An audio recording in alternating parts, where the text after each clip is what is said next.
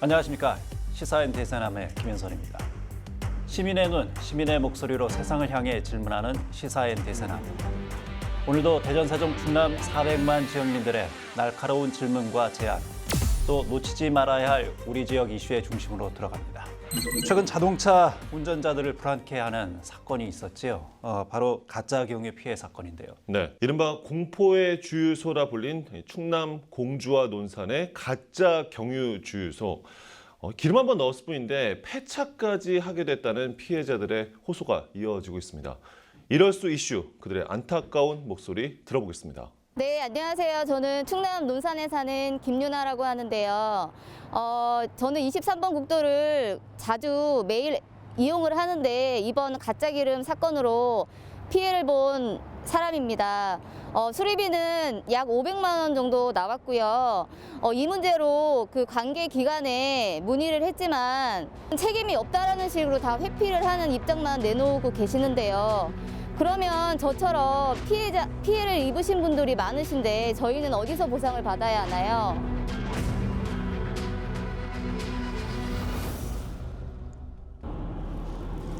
(23번) 국도에 위치한 공주의 A 주유소를 찾았습니다. 차량 운행이 많은 길목에 위치하고 경유값이 저렴해서 이용자들이 많은 곳이었는데요. 지금은 영업이 중단된 상태입니다. 최근 이곳에서 주유를 한 운전자들이 차량의 매연 저감 장치 고장이나 시동이 꺼지는 문제 등을 호소했기 때문입니다. 여기가 기름도 다른 데보다 한 50원 정도 저렴하고, 그리고 그 사이에는 문제가 없었어요. 문제가 없어서 그날도 이제 기름이 이제 그 불이 들어오는 상태에서 기름을 주유를 한 거거든요. 김유나 씨는 공주로 출근하는 길에 해당 주유소를 의심 없이 이용했습니다. 지난 23일에도 평소처럼 경유를 주유했죠. 그런데 다음 날 이상한 일이 벌어졌습니다. 갑자기 차의 출력이 떨어지는 문제가 생긴 겁니다. 엑셀레이터를 계속 밟아도 속도가 안 올라가고 RPM도 변화가 없었으며, 그리고 이제 엑셀을 계속, 이게 차가 안 나가니까 엑셀을 계속 밟고 있는 도중에도 속도가 떨어지는 그런 상황이 계속 있어서 그때 차 이상의 문제가 있다는 걸 알게 됐어요. 당시 김유나 씨는 소모품의 문제라고 짐작하며 서비스 센터를 찾았습니다. 하지만 엔지니어의 차량 진단 결과는 예상 외였습니다. 가짜 경유를 주유해서 엔진에 치명적인 손상이 발생했다는 설명이었죠. 상태가 얼마나 심각했을까요? 주행 시의 그 출력이 현저하게 떨어져서 이고가 되었습니다. 확인해 본 결과 엔진 연료가 그 불량 연료가 주입이 되면서 엔진의 그 배기가스 관련 부품인 DPF 쪽에 그 불안전 연소로 인해서 막힘으로 인한 엔진 출력 저하가 발생됐던 것입니다. 차량을 제대로 정비하려면 500만 원 가까운 수리비가 필요한 상황. 하루아침에 날벼락을 맞은 셈입니다. 여보세요? 네. 무슨 유튜브 소장인데요? 아, 네. 네네. 어디 고장났다고 제가. 인젝터. 저 거기서 기름 넣고 나서 바로 이상이 생겨가지고. 네네네. 혹시 견적서랑 네. 혹시 저희 주유소에 기름 같은 영수증하고 그다음에 그 견적서랑 좀 보내주시겠어요? 네네. 그러면 전에 보상 해주시는 건가요? 네, 해드린다니까요. 네. 좀 보내주세요. 아, 그래갖고 한 번에 다 저희 사장님한테 보고해갖고 네. 처리해드릴게요. 차량을 수리를 하십시오 해서 센터에 맡기는 도중에, 고치고 있는 도중에 연락이 안 되는 거예요. 근데 이미 차량은 수리 부품은 다 이제 준비해놨고 주문해놨고, 그래서 어쩔 수 없이 수리를 마무리할 수밖에 없었어요. 제 사비로 해가지고. 공주 A 주유소에서 10분 거리에 있는 논산의 B 주유소에서도 가짜 경유 피해자가 발생했습니다. 두 곳 모두 같은 사업자가 운영하는 곳으로 알려졌는데요. 이곳은 몇 달 전까지만 해도 유명 주유 브랜드의 간판까지 내걸고 영업을 했습니다. 신호등 대기하고 있었는데 자꾸 지나가면서 사람들이 저를 쳐다보더라고요. 왜 그러나 그랬더니 뒤에서 보니까 시커먼 매연이 나고 또 하얀 연기도 같이 발생되는 거예요. 엑셀에다가 퍽퍽 밟아줘야 되는데 퍽퍽 들어간 느낌 들더라고요. 그러면서 막 악셀이 좀 발에 진동이 좀 느껴지고요. 완전히 정비를 하려면 330 정도 들어간다더라고요. 제 차값이 현재 보험까지 잡힌 게 400밖에 안 잡히는데 330을 수리해버리면 저는 차는 이 수리하기도 뭐하거든요. 이거는요. 주성수 씨는 주유소 측에 차량의 피해 보상을 요구했는데요. 처리를 약속했던 사장은 이후 연락이 끊어졌습니다. 주유소 인근의 주민들도 눈치를 채지 못해서 큰 피해를 입었습니다. 나는 좀 몇 개월 됐어요. 그래서 난 중간에 그 얘기했어. 근데 내게 잘못됐다는 식으로 얘기하니까 그말도 안 했다 없으니까 이미 나는 이번 일 터지기 전에 이미 들어간 거니까 배치가네. 그래서 뭐 고치려고 그러니까 돈이 많이 들어간다니까. 이왕에 고치는 거 그냥 돈 많이 들어가서 여기저기 고치는 거보다 그냥 차 하나 바꾸자 그래가지고 나는 그 바꾸고 나가서 영상 한 번도 안 봤어요. 그러니까 멀쩡하게 알았잖아. 어떻게 지금 있는 사람들이라도 제대로 해주겠어. 계산 안 해주겠지. 각 공동하는 떼어보지. 한두 대 해야지. 골치 아파요 그리고. 사실 육안으로 가짜 경유를 구별하는 것은 어렵습니다. 그래서 전문가들은 의심 증상을 잘 확인하고 대처하길 강조합니다. 엔진이 시동이 안 걸리거나 주행 중에 시동이 꺼지는 증상이 나타날 수 있습니다. 특히 운행 중에는 그 엔진 떨림이 증가하고 연료 펌프의 압력이 떨어지면 엔진 경고등이 점등되기도 합니다. 운행 중 차량 속도가 현저히 떨어지면 심한 경우에는 시동이 꺼질 수도 있습니다. 이 밖에도 가짜 경유는 그 불순물이 함유되어 있기 때문에 불완전 연소로 인해서 회색 연기가 과다 배출될 수 있습니다. 이런 증상들이 나타난다면 가짜 경유를 의심해도 좋겠습니다. 가짜 경유 피해를 주장하는 김수호 씨를 따라 나섰습니다. 1년도 안 된 새 차지만 공주 A 주유소를 다녀온 후 차량에 문제가 발생했습니다. 엔진 경고등이 켜지고 출력이 떨어졌죠. 애초부터 김수호 씨는 차량의 결함을 의심하고 회사 측에 항의할 생각이었습니다.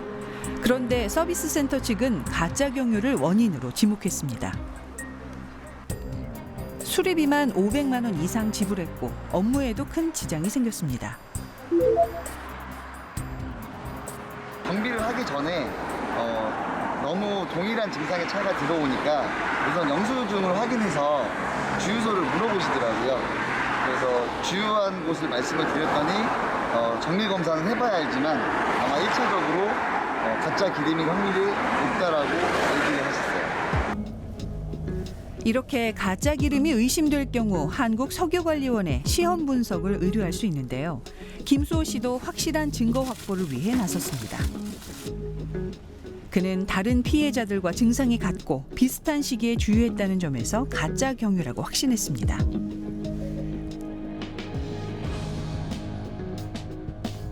잠시 후 접수를 마치고 나온 김수호 씨에게 앞으로의 바람을 물었습니다. 저는 고속도로를 굉장히 많이 이용하는 사람인데 이게 고속주행 중에 진짜 이런 일이 있었으면 어땠을까, 제가 이 자리에 있지 않을까라는 생각을 좀 하고 있어요. 너무 좀 안타깝고 그 나쁜 경유를 파는 그 사람들이 빨리 다 잡혀서 처벌을 좀 빨리 받고 피해자분들도 보상을 제대로 좀 받았으면 좋겠어요. 이 사건은 지금 공주경찰서가 수사하고 있죠. 네. 지금 피해 접수자가 250여 명, 피해 규모도 한 10억 원 상당이다.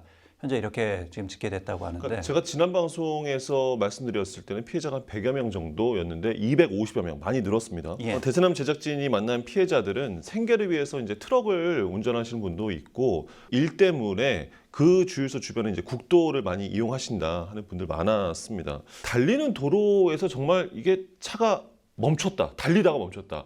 자칫 대형 사고로 이어질 수 있는 상황인 거죠. 예. 게다가 그 해당 주유소에서 기름 넣고 달리던 119 구급차가 멈추는 경우까지 있었는데요. 맞아요. 그때 환자도 이송 중이었다고 들었어요. 자칫 대형 사고로 정말 이어질 수가 있는 경우였던 것 같고요.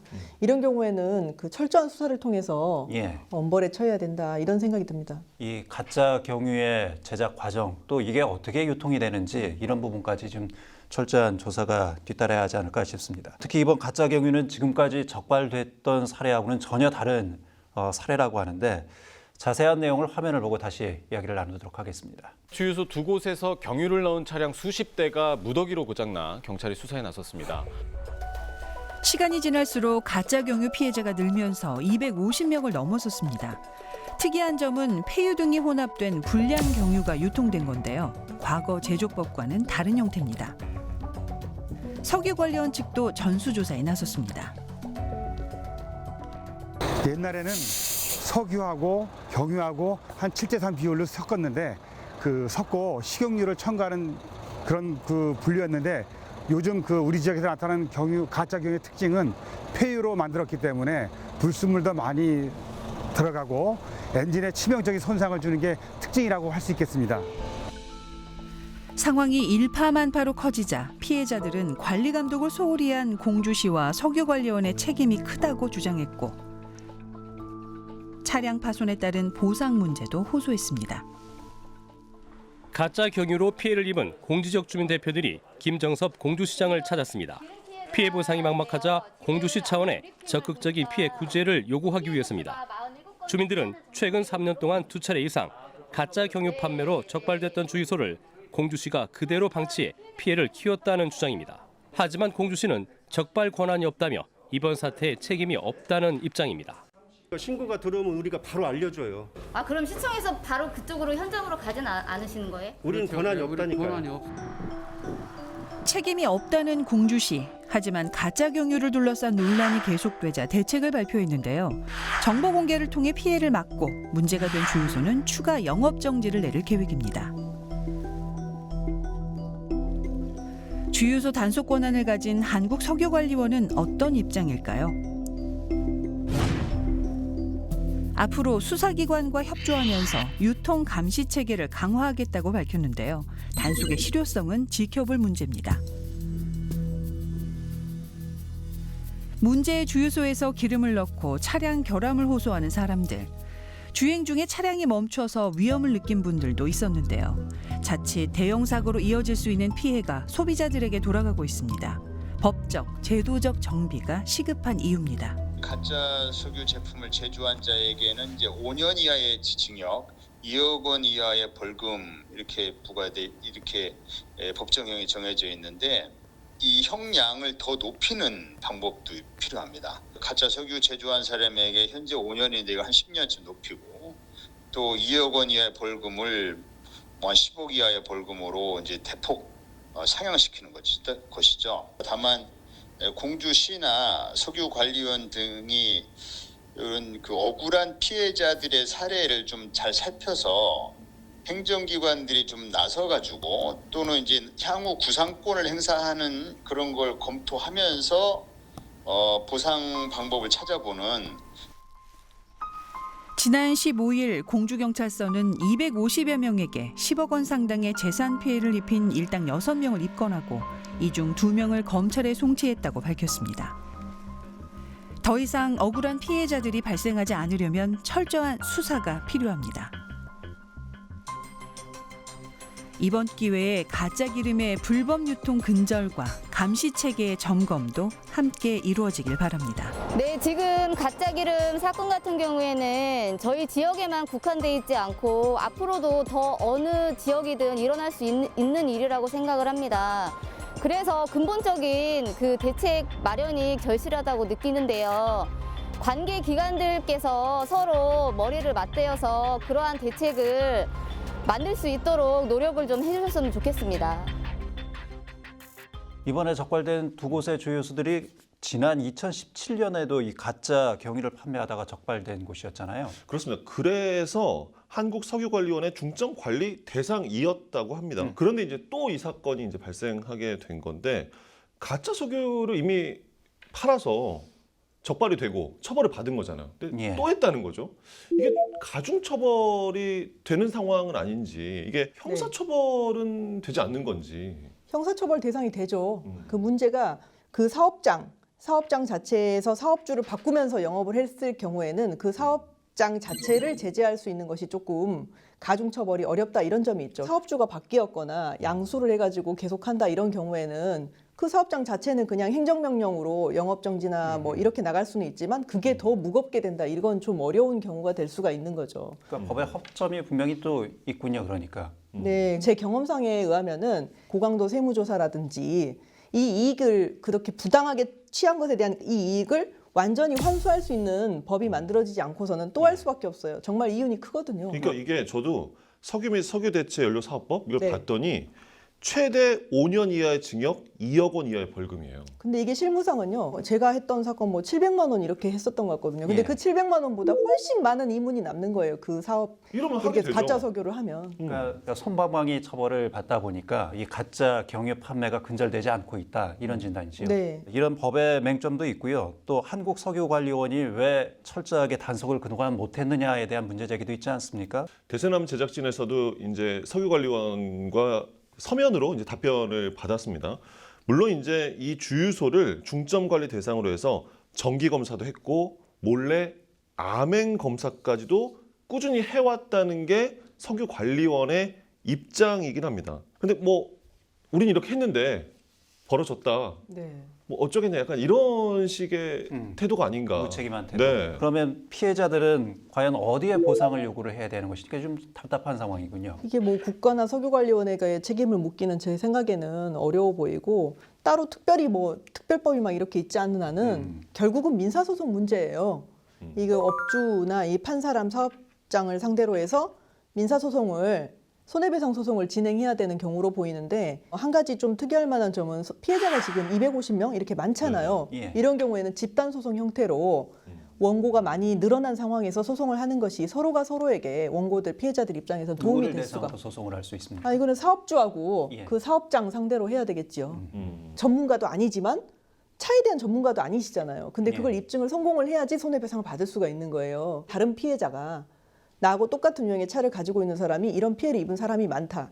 이것 자체가 입증의 한 요소가 될 수가 있고 또 그리고 다른 원인이 개입하지 않았다. 다른 피해자도 많고 이런다는 점에서 서로 도움이 될 수 있기 그래서 때문에 집단 소송을 가야 네, 된다. 피해자들끼리 힘을 모아서 서로의 입증에 도움이 되는 것이 좋겠다고 생각이 됩니다. 예, 가짜 석유 판매는 자신의 이익을 위해서 다른 사람에게 손해를 끼치는 전형적인 비양심적인 범죄잖아요. 이번 기회에 가짜 석유 근절에 대한 다각적인 논의가 좀 필요하지 않을까 싶습니다. 시민 여러분의 제보가 더 나은 우리 지역, 우리 사회를 만듭니다. 시사인 대세남 제보 메일과 전화는 항상 열려 있습니다.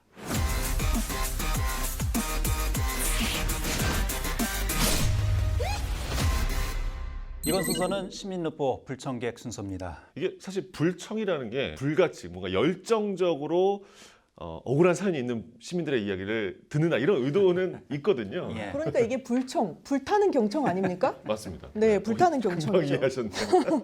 자, 그러면 시민르포 불청객 화면으로 먼저 만나보겠습니다. 네, 저는 충남 공주시에 있는 고만하루 인근에 나와 있습니다. 이 고만하루는요, 곰나루라고도 불리는데요. 우리나라 대표적인 국가 명승지 중에 한 곳입니다. 그런데 이 고만하루 일대에서 각종 불법 행위들이 이루어지고 있다고 하는데요. 오늘 시민르포 불청객에서는 고만하루 인근에서 벌어지고 있는 각종 불법 행위들에 대해서 한번 파헤쳐 보도록 하겠습니다.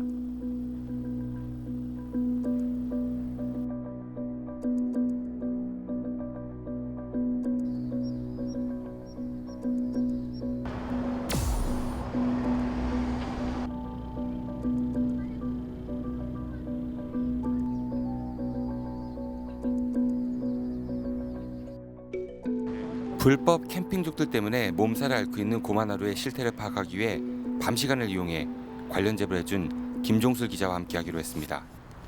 안녕하세요. 공주보 아래쪽이라든가 여기 고만하루. 고만하루 같은 데도 지금 한두 팀만 와 있거든요. 그 아래쪽에 내려가면 부소산성이라고 있거든요. 부소산성은 유네스코 세계문화유산이에요. 네. 거기도 원래 캠핑을 하면 안 되죠. 문화재 구간이니까. 근데 거기를 한번 가보시고. 자, 일단은 우리 부여로 가고 있습니다. 너무 어두워가지고 지금 밖에 보시다시피 잘 보이지가 않습니다. 네. 그 제 뒤로 보시면요, 부소산성 불빛이 보이실 거고요. 이곳에서는 캠핑을 비롯한 취사 행위를 할 수가 없는 곳인데요. 하지만 보시다시피 이렇게 군데군데 캠핑을 즐기는 분들이 나와 계십니다. 이분들은 음식도 해서 드시고 계시고요. 그리고 여러 가지 장비들을 동원해서 캠핑을 하고 있는 것 같은데요. 제가 몇 분들을 한번 좀 캠핑장에 들어가서 만나보도록 하겠습니다.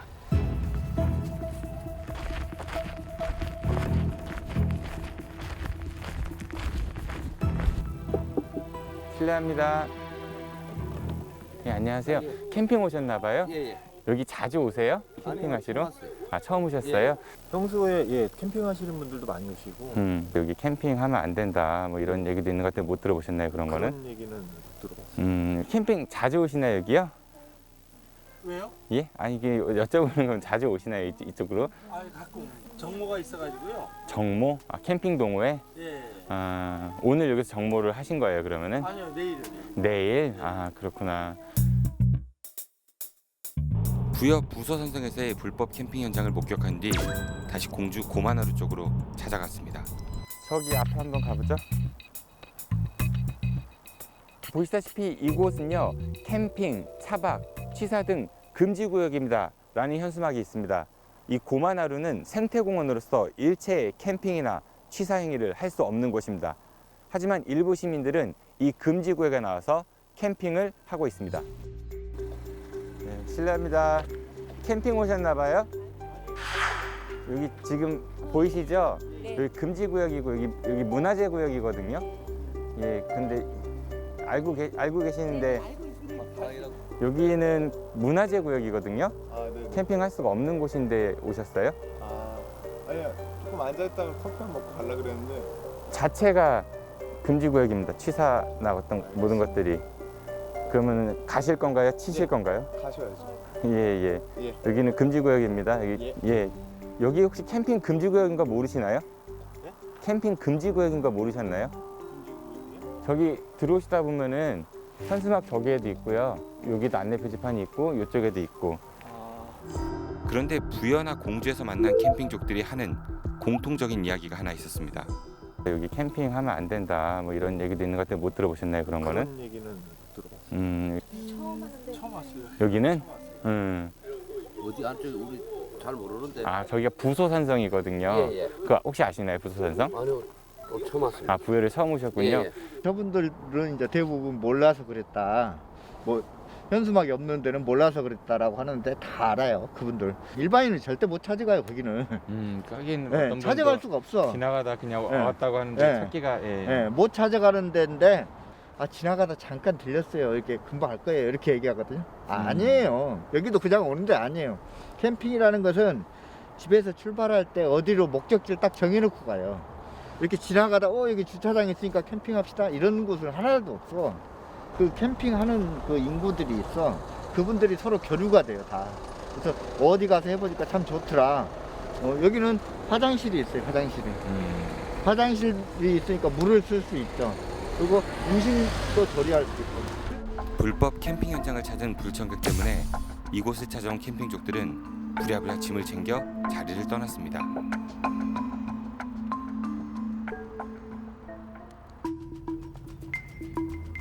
다음 날 다시 찾은 부서선성 일대는 전날보다 더 많은 캠핑족들이 몰려들었습니다.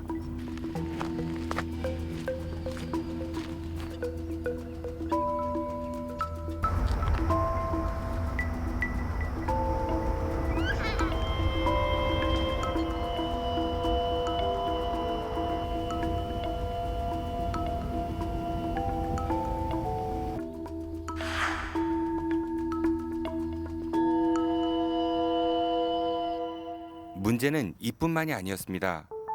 국가 명승지인 고만하루 일대에서 불법적으로 골프 연습하는 사람들도 있다고 하는데요. 그런데 이 불법 골프는 이곳뿐만이 아니라 부서산성 인근에도 있다고 합니다. 그리고 이곳에선 실제로 시민 한 분이 날아온 골프공에 머리를 맞아 다친 일도 있었다고 합니다. 그거 아세요? 골프 하시는 분들이 있는 거? 내용 자체는 뭐 저희도 막 많이 들어서 알고는 있어요. 단속을 하고는 있죠. 하고는 있는데 뭐 그때뿐이니까 이게 저희가 인력의 한계 그런 것 때문에 뭐 나름 뭐 변명이 될 수도 있겠지만 이게 강제할 수 있는 법령을 저희는 좀 만들어줬으면 좋겠어요. 법이 없으니까 우리도 답답하다 이렇게 얘기하실 것보다는 어떻게 하면 이걸 좀 막을 수 있을까에 대한 고민을 하시는 게 필요하지 않을까 싶어서 말씀드리거든요. 그럼 관련 부서에서 의회에다 건의를 하거나 아니면 관련 부서에 조례를 낼 수도 있는 거잖아요. 이제 또 그렇게 말씀하시면 또 그리고 전날 불법 캠핑족들을 쫓아냈던 공주 고만하루 일대 역시 날이 밝자 다시 불법 캠핑족들이 몰려들었습니다.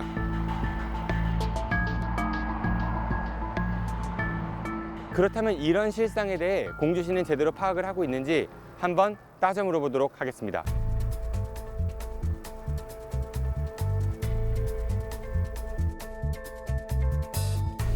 안녕하세요. 그동시에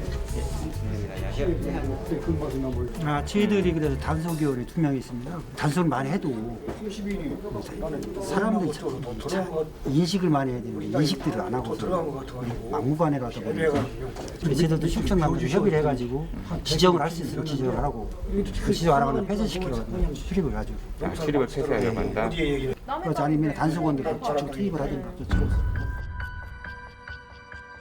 국가 명승지하고 유네스코 세계문화유산 인근에서 지금 불법 캠핑을 즐긴다라는 얘기잖아요. 네네. 캠핑 즐기시는 분들이 많이 계신데 이분들은 좀 선을 넘은 것이 아닌가 그런 생각이 듭니다. 그렇습니다. 이 국가 명승, 국가 지정 문화재입니다.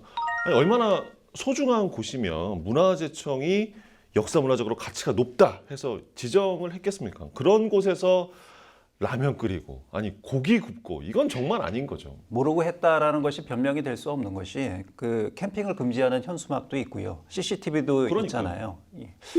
관리 감독은 제대로 또 되고 있는지 이 문제를 또 짚어보지 않을 수가 없을 것 같습니다. 밤 늦은 시간까지 단속면을 배치하는 것이 현실적으로 좀 어려운 부분이 있다라는 부분을 저는 이해하고 싶지 않습니다. 지자체 의지를 의심케 하는 정황들이 또 있습니다. 네, 화면을 보고 이야기 이어가시죠. 문제는 여기서 끝이 아닙니다. 이곳은 4대강 사업으로 조성된 수변공원인데요. 그런데 평소에 사람들이 이곳을 잘 찾지 않자 공주시에서는 상류 쪽에는 이렇게 우드볼 경기장을 그리고 하류 쪽에는 파크 골프 경기장을 조성해서 관련 체육단체들에게 관리를 위탁하고 있다고 합니다. 이곳 역시 보호구역이라 경기에 필요한 시설 이외에는 그 어떠한 시설물도 들어올 수가 없습니다. 하지만 일부 체육단체에서는 임의로 불법 시설물들을 들여놓았고 또 모두가 이용할 수 있는 공원을 마치 사유지인 것처럼 해서 다른 시민들의 이용을 막기도 했다고 합니다. 그날 휴일이라서 산책도 할 겸 솔밭 거기에 거니는데 어떤 사람들이 막 소리 지르면서 거기 안 돼요 막 그런 소리 들어서 보니까 그 경기 중이라고 나가라고 그러더라고요. 여기가 저 사람들이 다 개인적인 소유지인가 싶은 생각이 들어서 좀 기분이 상당히 언짢았어요. 그리고 주위에 쓰레기도 너무 많고 그래서. 그렇다면 공주시 우드볼 협회에서는 이에 대해서 어떤 입장을 보일까요? 네. 여기 지금 현재. 고맙습니다. 지금 사람도 앉아 계시잖아요. 예. 그 시설물 혹시 허가를 받으신 건가요? 예. 공주시 허가 받으신 허가를 받았다는 시설물 과연 사실일까요? 컨테이너는 허가 안 받았다고 하더라고요. 컨테이너는 허가를 안 받았고 그 옆에 있는 시설물은 어떤가요? 허가 해드린 건 없습니다. 보니까 이제 저희가 이제 철거 대상 시설인 것 같습니다. 그거는 우리가 임의로 해서 공주시에서 치우라고 해서 기간을 좀 줬어요. 언제 그게 있었던 일인 거죠? 공주시에서 철거하라고 철거한 게 지금 몇 달 됐죠. 그래서 지금 약간씩 미루고. 근데 원칙적으로는 안 되죠. 그럼 이런 상황에 대해 공주시의 입장을 한번 들어보도록 하겠습니다. 시간이 몇 달 지났는데도 변한 게 없으니까 그러면은 행정기관이 좀 너무 이렇게 묵인해 주는 게 아니냐 이런 지적도 해볼 수 있을 것 같거든요. 그리고 그 옆에요. 그래서 골프 하시는 분들 혹시 아세요? 거기에서 공주고 사업소에서 그거에 대해서 이제 팀장도 이렇게 연락이 났었었어요. 몇 달. 시행하려고 하지만 단속은 사실 하천부두에 단독 그렇게 저희하고 이제 이혼을 가서 있거든요. 그래도 빨리 그거를 출범해달라. 그래서 이런 발생하고 이런. 국가 명승지나 유네스코 세계문화유산은 우리 후손들에게 물려줘야 될 소중한 자산입니다. 하지만 자치단체에서 이들에 대한 관리를 소홀히 하는 사이, 그리고 일부 몰지각한 시민들의 무분별한 행동 때문에 우리의 소중한 자연은 이렇게 망가지고 있죠. 관련 행정기관들이 인력 부족, 예산 부족, 법령 미비 이런 것들 뒤에 비겁하게 숨지만 말고 시민들의 혈세로 받는 월급값 제대로 좀 해야 되지 않을까요? 아니 지나가다가 날아오는 공 맞으면 어떡합니까? 그 손해배상 하셔야죠. 네, 안전사고 관리가 정말 절실한 곳입니다. 네. 예, 금강 주변 수변공원은 공유지잖아요. 네. 예, 그런데 마치 지금 이분들은 사유지처럼 쓰고 있는 거고요. 그러니까요. 예, 네. 누가 부여해준 특혜인지 상당히 좀 의심스러울 수밖에 없는 상황인 것 같습니다. 골프나 우드볼이나 허가받은 부분이 있다고 하더라도 컨테이너 설치 이런 건 안 되는 거거든요. 더군다나 자연공원법상 보면은 이런 허가에도 다른 일반 시민의 이용에 불편을 주지 않을 것을 요건으로 하고 있어서 다른 시민들에게 이걸 하고 있으니까 사용을 하지 마세요. 이런 거는 좀 어려운 부분이에요. 바로 치울 수도 있는 부분이거든요. 시민에게 방해가 된다고 하면. 근데 이렇게까지도 할 수 있는데 지금 시간을 몇 달 동안이나 주고 있는 걸로 보여요. 아마 지자체에서 더 적극적으로 나서서 이거를 안 따르면 철거하는 방향으로 나아가야 될 것 같고요. 성숙한 시민의식 그리고 자치단체에 보다 강도 높은 관리 감독이 좀 필요하지 않을까 싶습니다. 지금 여러분은 시사인 대세남 함께하고 계십니다.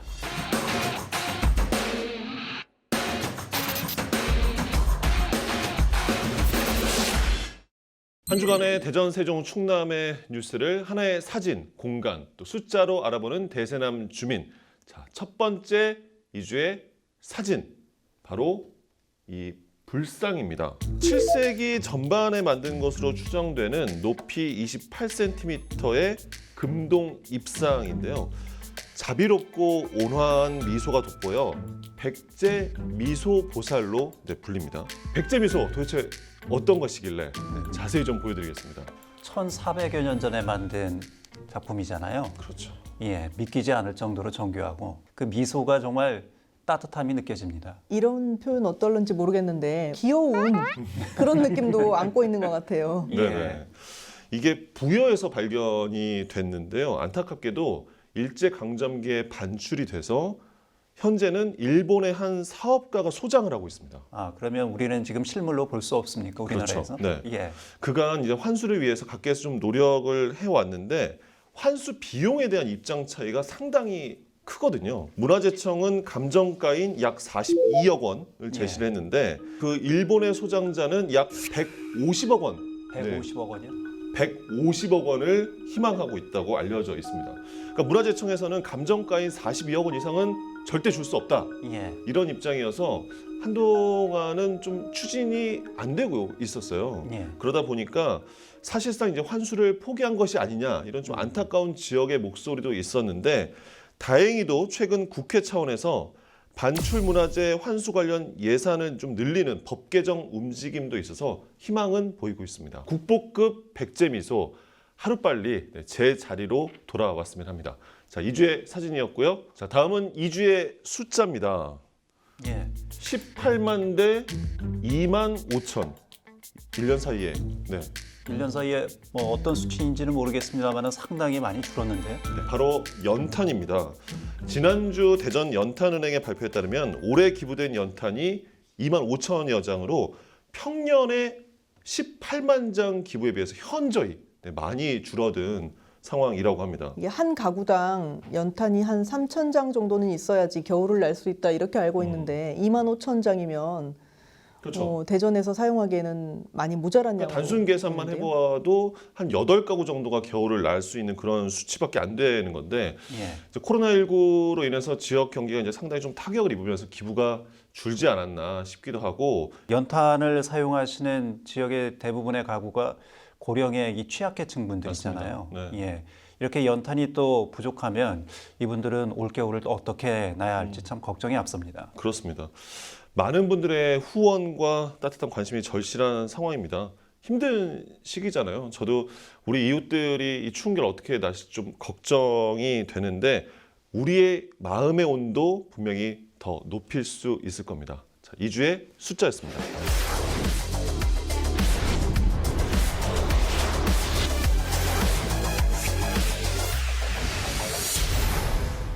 방송을 탄 기자들, 방탄기자단의 거침없는 시사 토크, 시사 누르치기 시작합니다. CBS 신서우 기자, 중도일보 임병환 기자와 함께하겠습니다. 두 분 어서 오십시오. 네, 안녕하세요. 예, 우리 지역의 가장 뜨거운 현재 이슈라고 하면 아무래도 이 세종 국회의사당 설치 문제가 아닐까 싶거든요. 이 문제를 좀 짚어봐야 될 것 같습니다. 21대 국회가 지난 6월 개원을 했습니다. 박병석 국회의장이 개원사를 통해서 국가 균형 발전을 위해서라도 국회 세종의사당 설치 문제는 속도를 내야 된다라고 강조를 했습니다. 또 김태년 더불어민주당 원내대표도 교섭단체 대표 연설을 통해서 서울에 있는 국회의사당을 통째로 세종으로 옮기고 청와대와 서울에 있는 정부 부처도 같이 옮기자라고 이제 전격 제안을 했거든요. 21대 국회에서는 세종의사당 설치 문제를 현안으로 주요하게 다루겠다고 의장과 원내대표가 밝힌 의미가 있습니다. 어쨌든 이제 세종 국회의사당 설치와 관련해서 구체적인 논의가 지금 진전되고 있는 것 같습니다. 전체 17개 상임위 가운데 11개와 예결위원회를 세종으로 이번에 옮기겠다. 이것이 그 세종의사당 건립 TF의 구상안이거든요. 윤곽에 제시가 된 건데요. 그 윤곽에 보면 국회 사무처의 법제실과 의사국이 이제 이전 대상에 포함이 됐고요. 그리고 예산정책처와 입법조사처도 의사당 이전에 포함이 됐습니다. 그리고 본회의장과 국회의장단은 이전 대상에 우선 이선 대상자에서 제외가 됐는데요. 행정수도 이전은 위헌이다. 이런 판결 때문에 이번 우선 대상에서는 제외된 것으로 파악되고 있습니다. 그 민주당의 최종안은 이달 말에 발표될 예정이죠? 예, 그렇습니다. 세종의사당 규모가 여의도 국회 2배가량이라고 들었는데 시설 확충을 위해서 예산 확보가 중요하지 않겠어요? 예산 관련 논의는 어디까지 추진이 되었는가요? 그 앞서 국회 사무처가 국회의장에게 보고한 그 세종의사당 설치 방안을 보면요. 세종의사당은 현재 서울에 있는 국회의사당의 2배 규모인 61만 제곱미터를 세종 호수공원 옆에 확보하는 것을 계획하고 있고요. 이에 필요한 예산은 1조 4,200억 원 정도 됩니다.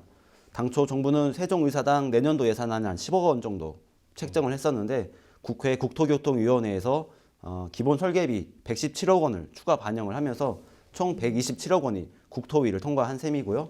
이 예산은 이제 예산결산심의위를 거쳐서 본회의에 상정될 예정입니다. 예결위에서 지금 통과가 굉장히 중요한 이유가 말씀을 드렸다시피 사실상 예결을 통과를 하면 본회의를 통과하는 것은 가능성이 굉장히 높기 때문에 그 이후에 기본계획 수립이라든지 관련법 개정이라든지 후속 조치가 계속해서 논의가 될 수 있다는 차원에서 이번 예결위 통과가 굉장히 좀 중요하다 이렇게 볼 수 있습니다. 예결위를 통과하려면 여야가 좀 협상을 해야 되잖아요.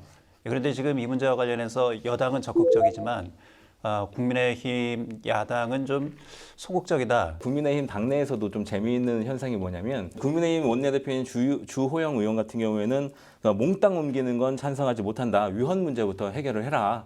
이렇게 말을 했고요. 전 자유한국당 비대위원장을 지냈던 김병준 현 국민의힘 세종시당 위원장이 이런 언급을 했는데요. 그 헌재 위헌 판결주에 숨으려면 그것을 대신할 수 있을 만큼의 그 지역 균형 발전 대안을 제시를 해야 되는데 지금 같은 스탠스는 결과적으로 국민의힘에게는 마이너스 효과가 될 수밖에 없다. 국회 이전을 국민의힘이 반대를 할 경우에 다음번 대선에서 이길 수가 없다라는 언급을 했습니다. 어쨌든 이제 이 세종 국회의사당 설치 문제는 여야 합의가 반드시 지금 뒤따라야 되는 사안이잖아요. 이게 그렇지 않으면 내년에 또 서울시장 선거도 있고요. 후년에는 대통령 선거도 있기 때문에 자칫 이게 또 정치 쟁점화되면 소모적 논쟁으로 그치지 않을까 이런 우려가 있을 수밖에 없지 않겠습니까? 예, 지금 말씀 주신 것처럼 이 여야가 원활한 합의에 이르러야 되거든요. 그러기 위해서는 여도 야도 한 발씩 좀 정치력을 좀 발휘해야 되는데 그게 정치죠. 예, 그게 정치죠. 그래서 야당과 여당에 조금 바라는 점이 있다면 야당 같은 경우에는 지금 행정수도 국회 이전 같은 경우에는 이미 대세를 탔다라고 볼 수가 있지 않겠습니까? 지금까지 이게 세종시가 혹은 국회 이전이 이 진행이 됐었던 것은 명분을 갖고 왔기 때문에 여기까지 왔다고 생각이 돼요. 이 명분을 거슬러서 반대 입장을 내려면 그거에 상응하는 논리를 제시를 해야 되는데 그러지 않고 정치적인 이유 혹은 뭐 말씀하셨던 것처럼 보궐선거 때문에 이런 정치적인 접근 때문에 반대 논리를 제시하면 그것은 분열을 초래할 수밖에 없거든요. 예. 예, 그 분열을 초래하면 우리 국민적으로도 국가적으로도 굉장히 손실이 많기 때문에 맞습니다. 그것은 지양해야 될 부분이고요. 그것을 해소시켜 줄 수 있는 방안으로는 국회는 세종으로 이전을 하는 대신에 서울의 발전 방안을 제시를 하면 되거든요. 서울에서도 이제 국회의사당이 없는 여의도를 지금 구상을 하고 있거든요. 예. 국회의사당이 여의도에 있음으로써 그 주변은 최고 높이 60m, 그러니까 층으로 말하면 15층 정도에서 건축물 높이가 제한이 되고 있거든요.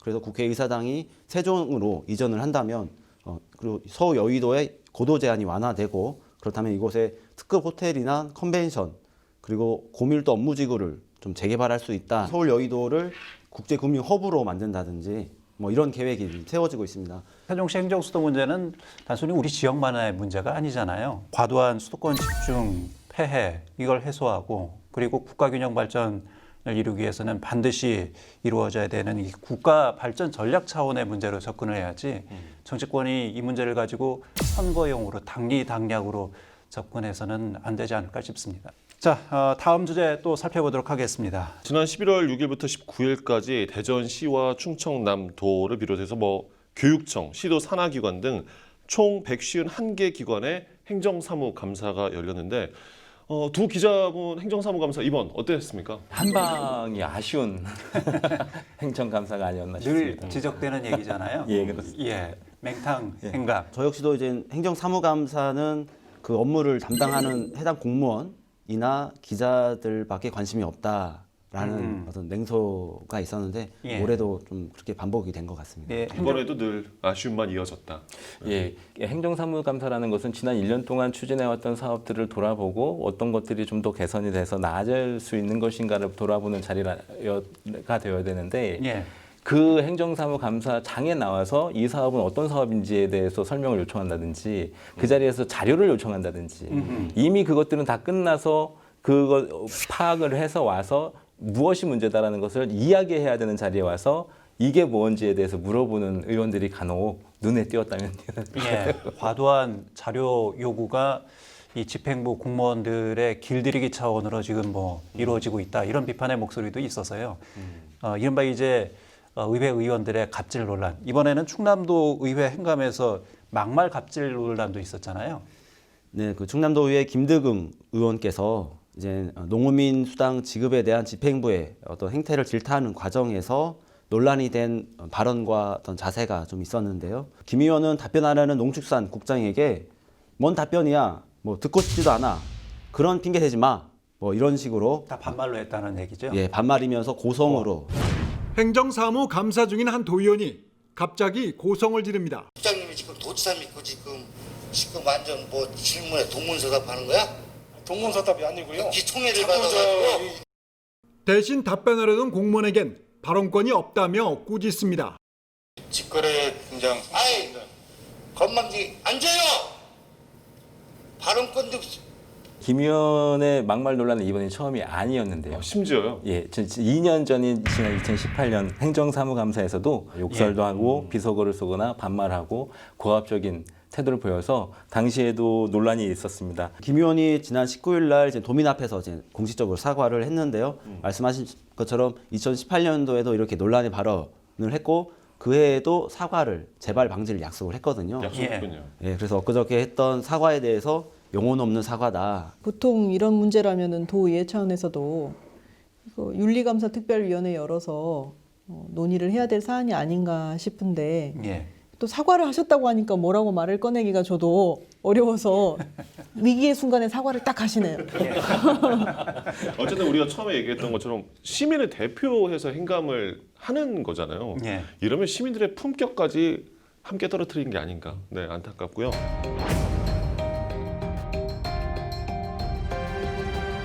충남교육청에 대한 감사에서는 직원들의 부당한 수당 수령이 또 문제가 됐었다면서요? 김영수 의원이 충남도교육청으로부터 받은 자료를 보면 각종 수당 부당 수령 전해보다 더 늘어서 문제인 겁니다. 그러니까 2017년도에는 1,079건에 1억 4,500만 원 정도 부당 수령이 있었거든요. 근데 지난해에는 1,400여 건, 1억 2,500만 원 정도. 아니 부당 수령이 어떻게 늘어나죠? 그러니까 해마다 이렇게 행정사무감사를 하고 지적을 하고 어떤 미비점을 보완을 요구를 하는데도 연가보상비는 뭐 9,700만 원, 그리고 맞춤형 복지비는 한 6,400만 원 등을 부당 지급을 한 셈입니다. 예, 이거 행감할 때마다 단골로 지적되는 사안 아닙니까? 그렇죠. 의원님도 이걸 알고 또 질문을 또 하시겠죠. 예, 다음 행감에도 또 지적이 나오겠군요. 그러면 내년에도 다시 한 번 더 소개하겠습니다. 이 과학산업국 쪽은 어떤 이야기들 나왔나요? 저도 이제 대전시 행정사무감사를 보면서 좀 가장 눈길을 좀 갔던 부분인데요. 국제과학 비즈니스 벨트 안에 중의원 가속기가 좀 사업이 지연되고 있다라고 김찬술 의원이 지적을 한 겁니다. 저희가 2011년도에 과학벨트 거점지구로 대전이 선정이 됐었거든요. 당시만 해도 이제 사업비가 2조 3천억 원에 달하는 국책 사업이 대전에서 이루어지고 3천여 개의 이공계 일자리가 만들어진다고 해서 선풍적인 어떤 관심을 끌었습니다. 근데 이제 시간이 좀 지나다 보니까 과학벨트가 어떻게 조성되고 중요한 가속기가 제대로 만들어지고 있는지 사실 관심을 좀 못 갖고 있었던 거고. 사실 이제 시민의 관심에서 좀 멀어진 측면도 있죠. 그러니까 시민들이 봤을 때 눈에 보이는 게 없어요. 근데 이런 상황에서 지금 중요한 가속기가 사실 알고 보니까 2017년도에 완공 예정이었는데 이게 지금 사업이 지연돼서 내후년에야 사실 가능할 거로 점쳐지고 있습니다. 그 지연 이유는 뭐라고 합니까? 지연 이유는 아마 중요한 부품이 해외에서 지금 조달이 좀 쉽지 않은 환경인 것 같습니다. 행정사무감사 매년 뭐 반복되는 여러 가지 이 똑같은 현상들이긴 합니다만 좀 더 주민들을 위한 주민의 편익을 좀 증진할 수 있는 이런 행정사무감사가 되기 위한 보완도 분명히 필요하지 않을까 싶거든요. 저는 우리 의원님들이 좀 더 무서운 의원님들이 좀 됐으면 좋겠습니다. 고함 지르고 소리 지르는 걸로 권위를 찾으려고 하지 말고 좀 더 확실한 비판을 가지고 꼼짝 못할 수 있는 데이터를 가지고 무서운 의원님들이 좀 많이 좀 보여지길 기대합니다. 내년도 예산을 짜는 그런 시기거든요. 이런 시기에 또 행감을 대비해서 또 별도의 자료를 만드는 것, 이거에 대해서 부담을 많이 토로하는데요. 행감이 세종시 의회에서는 6월 달에 진행을 하거든요. 바쁜 일정이 없는 중간에 행정사무감사를 좀 현장 방문도 같이 하면서 진행을 하는데 이렇게 좀 시기를 조절하면서 좀 진행을 한다면 좀 밀도 있게 할 수 있지 않을까 생각해 봤습니다. 예, 알겠습니다. 자, 오늘 방탄기자단의 시사 두리치기는 여기까지 하겠습니다. 두 분 고맙습니다.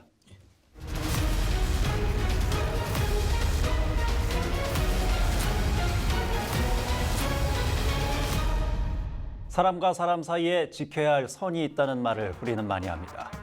사람에 대한 배려와 예의에서 시작해서 사회 구성원으로 서로 지켜야 하는 규칙과 규범까지 건강한 신뢰 사회를 위해서 꼭 준수해야 할 사회적 약속입니다. 가짜 기름을 만들어 팔아온 주유소 사장, 세계문화유산구역에서 불법 캠핑을 즐기던 사람들, 또 공무원에게 막말을 한 도의원까지 모두 넘지 말아야 할 선을 넘은 사람들입니다. 시사인 대선함은 선을 지켜내며 살아가는 400만 지역민들을 위해서 이들처럼 선을 넘는 사람들의 발걸음을 계속 지켜보겠습니다. 다음 주에 뵙겠습니다.